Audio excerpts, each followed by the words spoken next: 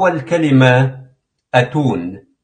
أتون هذه الكلمة العربية مقتبسة من الكلمة الكردية تين. تين التي تعني الطاقة الشمسية أو حرارة الشمس. فهذه في الحقيقة كلمة سومرية. الكلمة السومرية أوتو تعني كرة الشمس التي لها صلة بالحرارة. الكلمة الثانية أساورة. أساورة باللغة العربية تعني فرسان. أساورة. فهذه الكلمة متأتية من كلمة ميران الخورية التي كانت شريحة ميتانية. فأسلاف الكرد البيتانيون كان لهم شريحة باسم ميران، وهذه كانت كنية تطلق على أفراد طبقة التي تلي طبقة الملوك، والتي كان أفرادها هم الوحيدين الذين كان يحق لهم ركوب الخيول والدخول بها إلى ساحة الحرب. فقط هذه الطبقة كانت لهم الحق ركوب الخيول والذهاب إلى الحرب، لأنها طبقة راقية كانت تأتي بعد طبقة الملوك. انتقل هذا المصطلح إلى الميديين والأخمينيين بصيغة أسبا بارا. أسبا بارا. أسبا أيضا لحد الآن باقية في اللغة الكردية رغم مرور أكثر من 3600 سنة على الميديين. أسبا يعني حصان. أسبا. وبارا يعني واحد يحمل الحصان، يعني راكب الحصان. بار لحد الآن نحن في اللغة الكردية نستعمل بار يعني حمل. فدخلت إلى اللغة الكردية. وأسبا بارا بمرور الزمن تحولت هذه الكلمة في اللغة الكردية إلى سبا. وكانت تعني في البداية محاربون. بعد مرور فترة زمنية أخرى أصبحت هذه الكلمة سبا في اللغة الكردية تعني جيش. فدخلت هذه الكلمة الكردية أساورة قريبة جدا من لفظ سوار يعني فارس.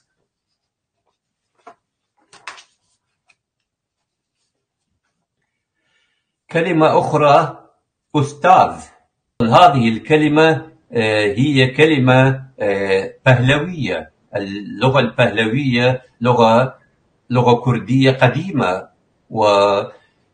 وأيضا نسيت أن أذكر أيضا بأن عندما أقول هنا أذكر هذا كلمات من أصول سومرية، خورية، ميتانية، ميدية، بهلوية، فهذه كلها هم لأسلاف الكرد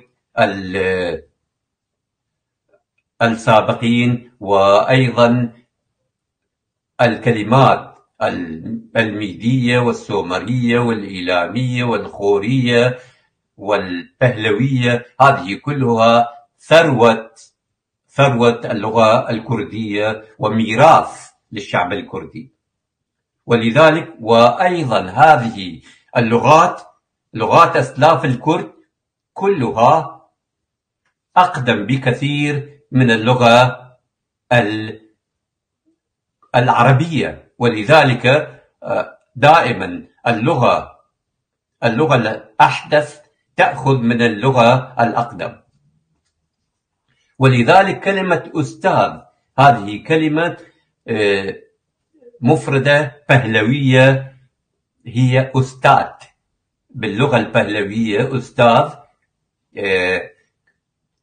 تسمى أستاذ. وفي اللغة البهلوية أستاذ تعني خبير. هذه الكلمة دخلت أيضا إلى اللغة التركية بصيغة أوستا، وإلى اللغة الفارسية بصيغة أستاذ.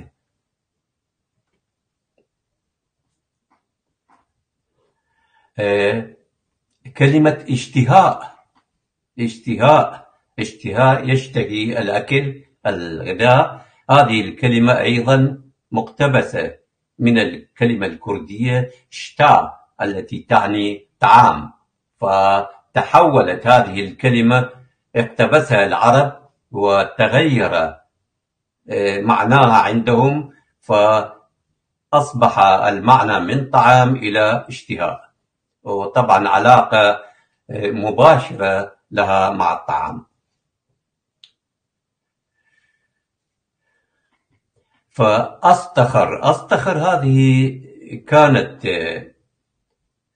عاصمة الإمبراطورية الساسانية قبل انتقال العاصمة إلى ماديان تيسفون أو المدائن كما يسميها العرب. هذه الكلمة مقتبسة من الكلمة الكردية أستيرك التي تعني صد صغير. فأصطخر تعني هذه الكلمة باللغة العربية تعني مكان مرتفع مثل قلعة.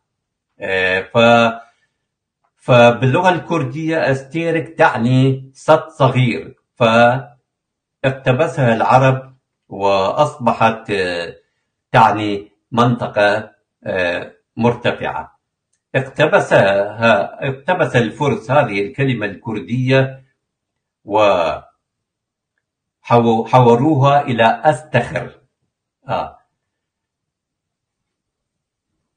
كلمة إقليد هذه كلمة عربية تعني مفتاح. إقليد هذه الكلمة العربية متأتية من الكلمة الكردية كليل التي تعني مفتاح. حتى كلمة الله أيضا كلمة الله مقتبس من اللغة السومرية. فالله يتركب الاسم من الكلمة السومرية آل، وللتعظيم في اللغة السومرية للتعظيم يكررون الكلمة، فالكلمة آل اسم الإله السومري، فأصبح لتعظيم الإله، هذا الإله كانوا يكررون الاسم آل، فأصبح الله في اللغة العربية. فحيث في البداية كانت تعني الإشراق واللمعان والسماء كأعلى موقع في الكون، يعني الإله. فبعد أن تنازلت الإلهة السومرية إنانا عن عرش السماوات على أثر استلاب الأب الرجل سيادة المجتمع على الأرض، احتل الإله المذكر العرش في نهاية العصر الزراعي ومطلع العصر التاريخي، كما تؤكد ذلك المجريات التاريخية في بلاد سومر. استعار الأكاديون هذه الكلمة السومرية بصيغة أو عال. الأكاديون اقتبسوها من السومريين وجعلوها أو عال أو إيل، ودخلت في أسماء العلم الأكادية في بلاد سوبارتو. ساد هذا المصطلح بين الخوريين أيضا في الفترة الواقعة بين سنة 1600 إلى 1500 قبل الميلاد.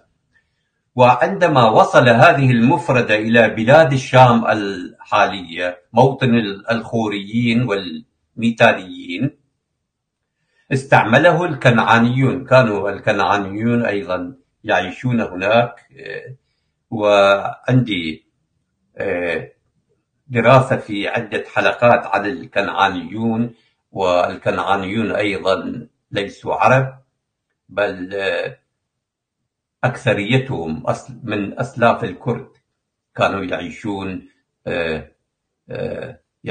الكنعانيون هم كانوا من الخوريين والميتانيين. وعندي دراسة ونشرتها معززة بمصادر موثوقة. وأيضا الفينيقيون أيضا. فاستعمله الكنعانيون للدلالة على رب الأرباب، وكان يعني عندهم الجبار القوي صاحب العز والعظمة عند الكنعانيين.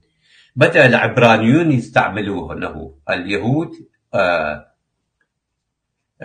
يعني أخذوا هذه الكلمة بصيغة إلوهيم، حيث تم تسجيله في بداية القرن السادس قبل الميلاد في سفر دانيال في آية 36. وقال اليهود عنه هائيل في حالة المفرد، أو إيليم بمعنى إله الآلهة، التي لفظها العرب لاحقا بصيغة اللهم. الآن نأتي إلى كلمة أخرى، أنجر. هذه باللغة العربية وحتى الإنجليز أيضا والسويديين، لا أعرف، يمكن الألمان أيضا أخذوا هذه المفردة الكردية أيضا. فأنجر يعني مرساة السفينة. هذا فرد شيء ثقيل ويربطوه بحبل، وعند حتى المياه لا تأخذ السفن. يعني بالأنجر أو أنجر باللغة العربية يتم تثبيت السفن حتى لا تجرفه المياه عند عدم استعمالها. فأنجر هذه الكلمة العربية مقتبسة من الكلمة الكردية لنجر. هذه الكلمة الكردية اقتبسها الفرس أيضا، وبنفس صيغتها الكردية أيضا الفرس يقولون لنجر. وكلمة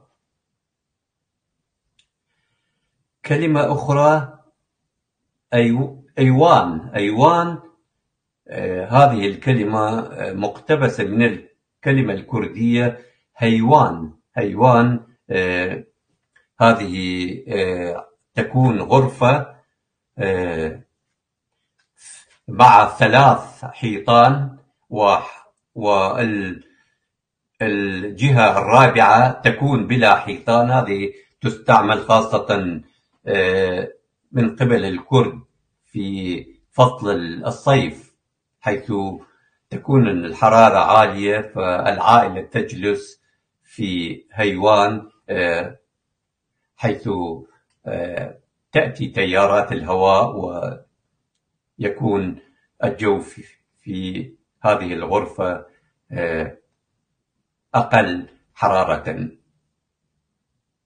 فهذه أيضا هذه الكلمة الكردية دخلت اللغة الفارسية بصيغة إيوان. كلمة باز هذا طير يتم استخدامه للصيد. هذا الاسم مأخوذ من اللغة الميدية، لغة آفيستا. ففي لغة الآفيستا باز تسمى فاز التي تعني طيران. أصبحت وانتقلت هذه المفردة من اللغة الميدية إلى الساسانيين، أيضا إلى اللغة البهلوية. في اللغة البهلوية تسمى، أصبحت فاز الميدية أصبحت باج أو باج البهلوية، وأخذها العرب.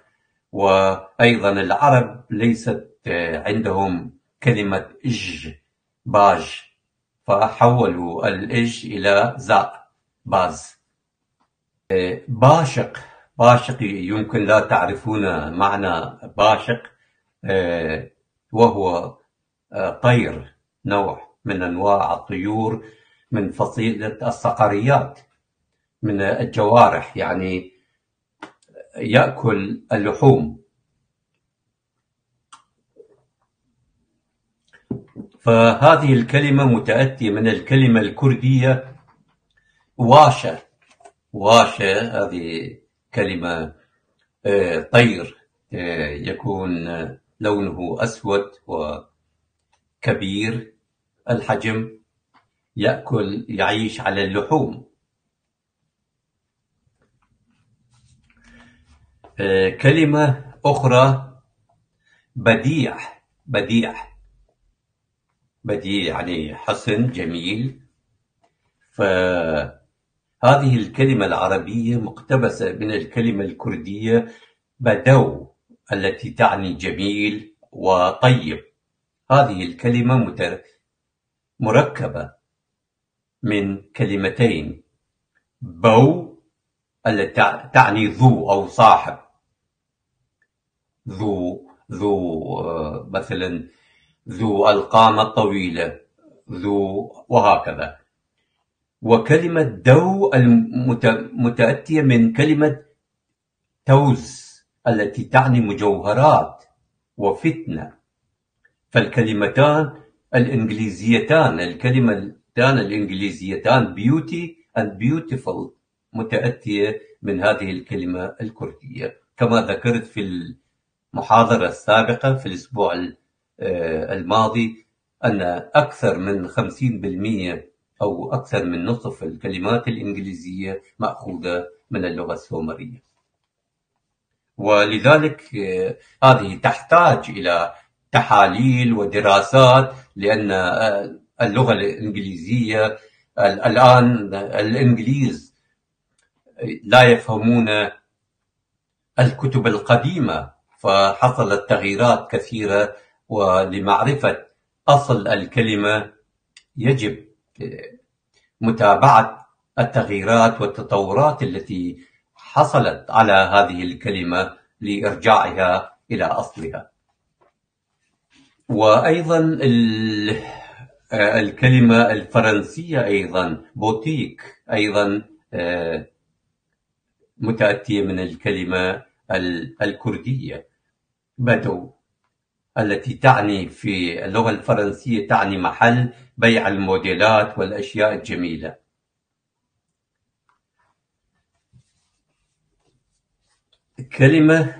كلمة برج مأخوذة من الكلمة الكردية برز، عالي يعني. في اللغة الميدية، يعني قبل اللغة الميدية، يعني قبل أكثر من 3500 سنة من الآن. فهذه الكلمة كانت برزة باللغة الميدية، برزة. ولحد الآن نرى هذه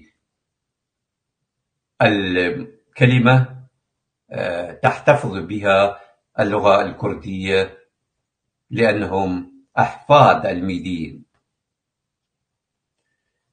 وأيضا كانوا يسموها برزة أو برزة. أساس هذه الكلمة هو الكلمة الكردية القديمة بورغ، فحتى كلمة بورغ أقدم من كلمة برزة الكلمة الميدية. بورغ يعني قبل السومريين. فكانت اللغة الكردية القديمة جدا قبل يمكن 6000 7000 8000 سنة. فهذه الكلمة، كلمة برز، كانت تسمى برج. البرج كانت في ذلك الوقت كانت تعني جبل البرج. دخلت الكلمة الكردية القديمة برج إلى مختلف اللغات الأوروبية. هذه الكلمة حيث على سبيل المثال اقتبست اللغة السويدية وبيرغ. السويديون يلفظوها بيري، لا يلفظون الجي ولكن يكتبون الجي بيرغ، ولها نفس أي المعنى جبل باللغة السويدية. وأيضا هذه الكلمة الكردية دخلت في أسماء كثير من المدن الأوروبية مثل مدينة هامبورغ، وأيضا المدينة هامبورغ الألمانية، ومدينة أدنبرغ الاسكتلندية. فدخلت هذه المفردة الكردية في كثير من أسماء المدن والمناطق الأوروبية. العفو دكتور، هنا أيضا في ألمانيا يقولون عن الجبل بيرغ. نعم، مأخوذة من اللغة الكردية. نعم. كلمة أخرى برجوازية. فأساس هذه الكلمة هو الكلمة الكردية أيضا برج التي تكلمنا عنها. أساس الكلمة برجوازية متأتية من كلمة برج التي كانت تعني جبل. استحدث مصطلح برجوازية لإطلاقه لسنة على سكن. فهذه البرج الجبل برجوازية، هذا الاسم أطلق على الأغنياء. فكان في الزمن القديم في كردستان كان الأغنياء يعيشون في مناطق عالية على برج، على جبل، فلتمييزهم عن الفقراء الذين كانوا يعيشون في مناطق سهلية حول المناطق التي كان يعيش فيها الأغنياء. فهؤلاء سكان الجبال، المناطق المرتفعة الأغنياء، سموهم برجوازية، طبعا باللغة الكردية برجواز. فسموا سكان المناطق المرتفعة الأغنياء برجواز تمييزا للفلاحين والعمال الفقراء.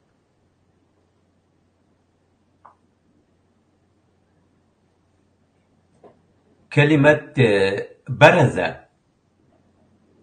طبعا هذه لها كما تحدثت عنها لها علاقة مع برز العالي. فبرز هذه الكلمة ومشتقاتها مثل بارز، بروز، متأتية من الكلمة الكردية برز التي تعني عالي، حيث يدل الفعل برز على العلو والظهور. هذه الكلمة في اللغة الميدية كانت برزة أو برزة كما قلت. وأيضا في اللغة الكردية اشتقت من كلمة برز بلند يعني عالي أو طويل القامة. فنقول هذا الرجل بلند، أم بياوة بلندا، يعني هذا الرجل طويل القامة. أو نقول أم بنيانة برزة بلندة، يعني هذه البناية عالية. الفرس أخذوا هذه الكلمة الكردية وبصيغة بلند.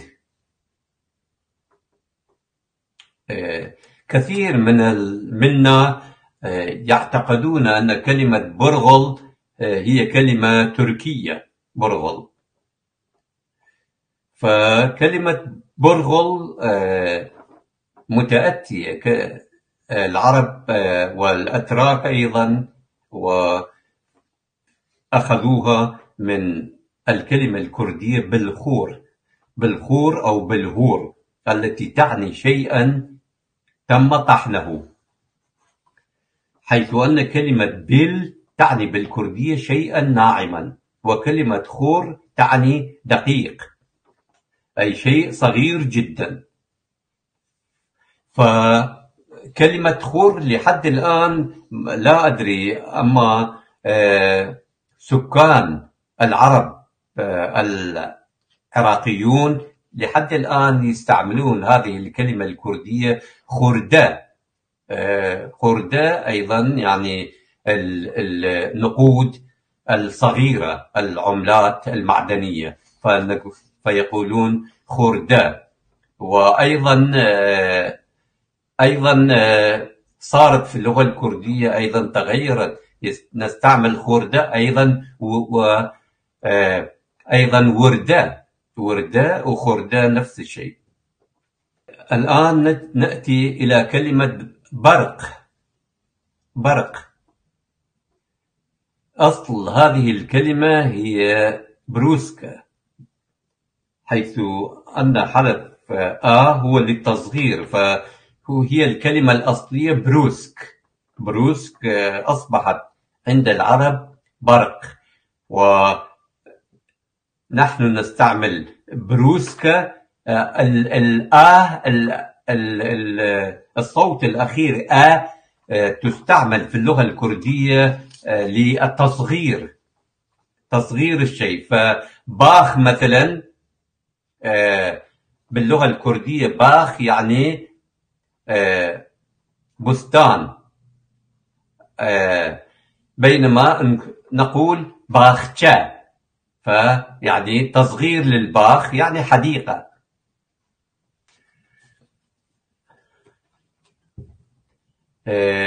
كلمة أخرى بركة، تعرفون بركة مياه.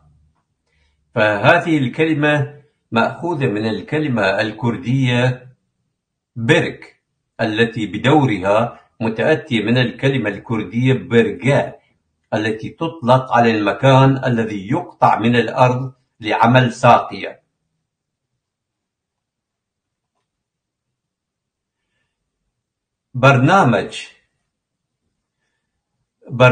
كلمة برنامج اقتبسها العرب من الكلمة الكردية المركبة برنامة، المؤلفة من كلمتي بر التي تعني قبل أو أمام، ونام التي تعني رسالة أو خبر. وهكذا الكلمة المركبة برنامة تعني الإجراءات التي يتم القيام بها قبل تنفيذ عمل ما، أي برنامج.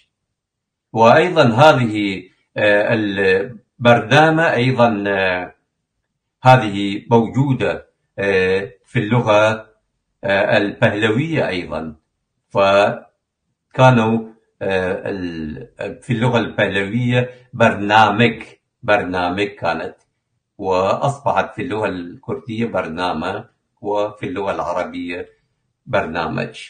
يعني هذه كلمة كردية قديمة عمرها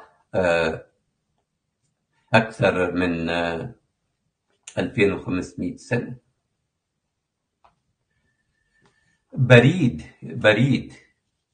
بريد أيضا كلمة مأخوذة من الكلمة الكردية برد يعني أخذ، برد باللغة الكردية يعني أخذ أو نقل. فأيضا هذه الكلمة كلمة بهلوية أيضا، ففي اللغة البهلوية هذه الكلمة كانت فرد.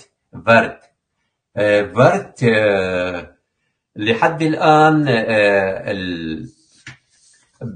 فرد هذه المفردة البهلوية لحد الآن تقريبا باقية بصيغتها البهلوية في اللهجة الكردية الهورامية. فاللهجة الهورامية، في اللهجة الهورامية نقول برد، ففقط الفي تحول إلى بي. كلمة أخرى بستان. هذه الكلمة مأخوذة من الكلمة الكردية البهلوية بوستان. فبوستان تتألف من كلمتين. فهذه معظم الكلمات الكردية مركبة، ولذلك عند تفكيك الكلمة المركبة لا نحتاج حتى إلى مصدر، لأن عند تفكيك الكلمة نعرف أن هذه الكلمة العربية متأتية من الكلمة الكردية المعنية. فعند تفكيك الكلمة لا نحتاج إلى مصدر، مثلا بستان، فبستان متكون، هذه الكلمة متكونة من كلمة بو يعني رائحة، بو رائحة، ستان يعني منطقة، يعني منطقة الروائح،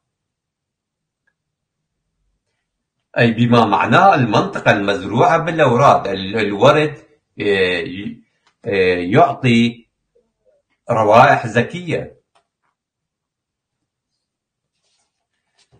اسم بغداد عاصمة العراق، هذه المدينة مدينة بغداد أسسها أسلاف الكرد الكاشيون.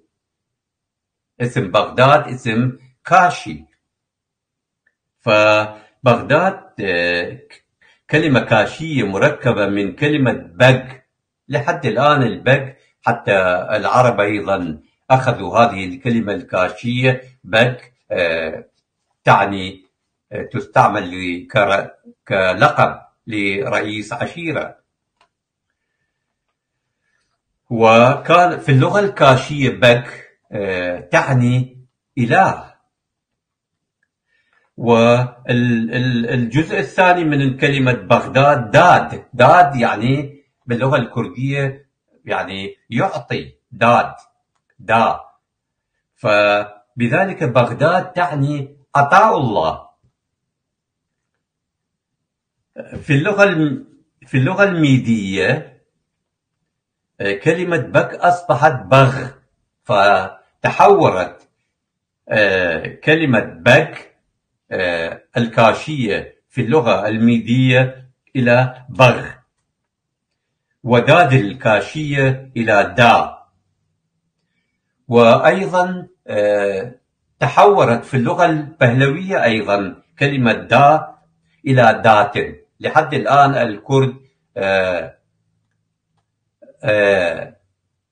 الكرد يستعملون داد. وهناك أسماء أيضا كردية، مثلا خداداد يعني عطاء الله.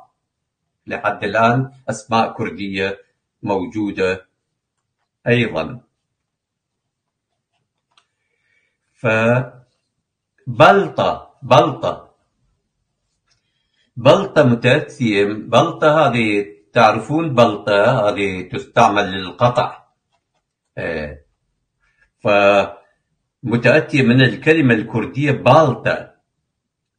فبالطة أيضا بدورها، هذه الكلمة الكردية بالطة أيضا بدورها متأتية من بال يعني ساعد في اللغة الكردية، ساعد اليد. فبال ساعد اليد،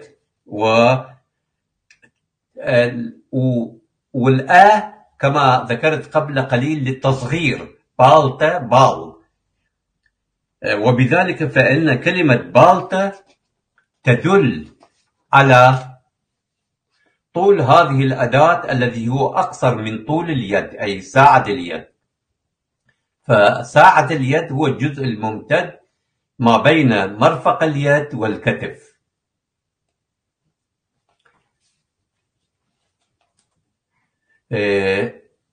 كلمة أخرى بنيان، مأخوذة من الكلمة الكردية بنيات التي تعني أساس. الكلمة العربية بنيان متأتية من الكلمة الكردية بن التي تعني أساس، والكلمة الكردية نيان التي تعني وضع. يعني معناه بنيان يعني وضع الأساس في اللغة الكردية. أصل الكلمة الكردية نيان هو الكلمة الكردية دانان التي تعني وضع. صيغة هذه الكلمة الكردية في اللغة البهلوية أيضا هذه الكلمة موجودة قديمة، كلمة مفردة كردية قديمة قبل العرب. ففي اللغة البهلوية هذه المفردة بن دات.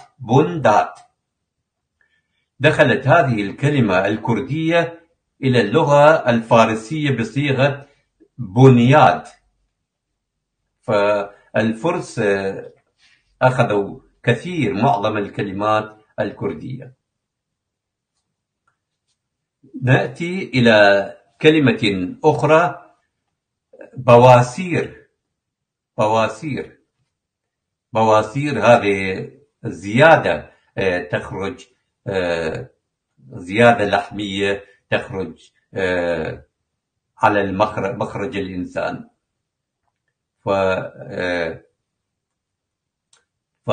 فيخرج منها الدم ويتم إزالتها بعملية جراحية. فبواسير هذه الكلمة مأخوذة من الكلمة الكردية باسورة التي ترجمتها الحرفية هي الالتهاب الأحمر، أي أن مخرج الإنسان يلتهب ويحمر عند الإصابة بهذا المرض. دخلت هذه الكلمة الكردية إلى اللغة الفارسية بصيغتها العربية. من الجدير بالذكر أن هذه الكلمة متحورة في اللغة الكردية إلى مايسيري. كلمة أخرى بيادة، هذه تستعمل أيضا في الجيش. الناس أو الجنود الذين يمشون، مشاة يعني بيادة يعني مشاة. أصل هذه الكلمة الكردية بيادة التي تعني ماشي وراكض، أي أن الشخص الذي يمشي ويركض. الكلمة أيضا نأتي إلى تفصيل الكلمة المركبة. الكلمة مؤلفة من با يعني رجل،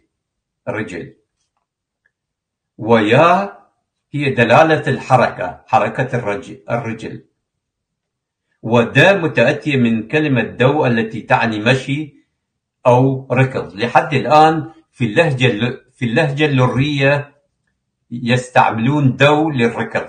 في اللهجة اللرية يقولون دوكت يعني يركض. في اللهجة الكرمانجية الوسطى السورانية يستعملون راكا، إلا أن في الحقيقة يجب القول في اللهجة اللرية أو ما تسمى أيضا باللهجة الكرمانجية الجنوبية، فالكلمات والمفردات والكلمات القديمة العريقة لأسلاف الكرد كثير منها باقية في اللهجة اللرية، اللهجة الكرمانجية الجنوبية. هذه الكلمة دخلت إلى اللغة الفارسية والتركية، هذه الكلمة الكردية بنفس صيغتها الكردية. أيضا الأتراك والفرس يقولون بيادة كما هي في اللغة الكردية. كلمة طازج، هذه الكلمة مأخوذة من الكلمة الكردية تازة يعني جديد، فيقولون هذه باللغة العربية ثمرة طازجة يعني جديدة ناضجة.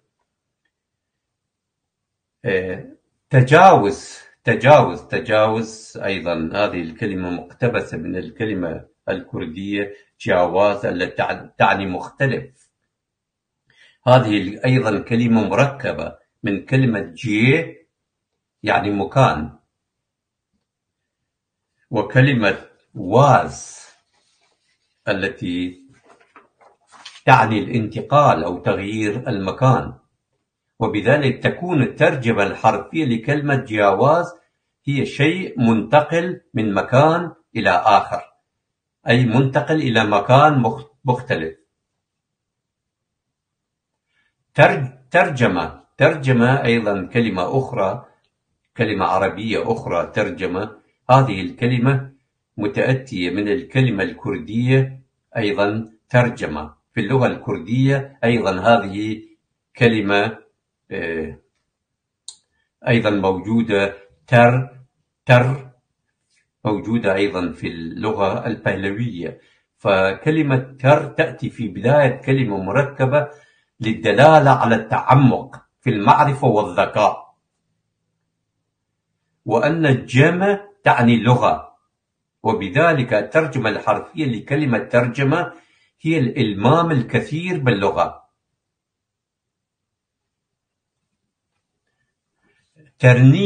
ترنيمة هذه موسيقى ترنيمة. هذه الكلمة مأخوذة من الكلمة الكردية ستران، حيث أن الفرس أخذوها بصيغة تيرانة، بينما أصبحت في اللغة العربية ترنيمة. تسلط أيضا كلمة مستعربة مقتبسة من الكلمة الكردية المركبة دسلات أيضا كلمة مركبة متكونة من كلمة دست يعني يد التي تعني يد، وهلهات يعني رفع أو ظهر. دس هلهات. وبذلك دسلات تعني تسلط أو سلطة.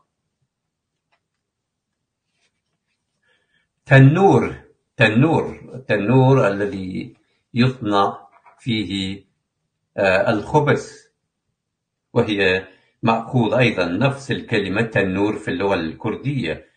هذه كلمة ميدية في اللغة الميدية تسمى تنورة في اللغة. وفي اللغة البهلوية أيضا تنور. دخلت هذه الكلمة الكردية أيضا في القرآن، وفار التنور في سورة هود الآية 11. ثروة أيضا كلمة مستعربة، كلمة فمتأتية من الكلمة الكردية ثروت، حيث أن كلمة سر هذه أيضا كلمة مركبة. كلمة سر تعني بالكردية المبلغ المتبقي من بيع وشراء شيء ما. وأن كلمة وت تعني بالكردية تعظيم، وبذلك ثروة تعني مبلغ كبير من المال.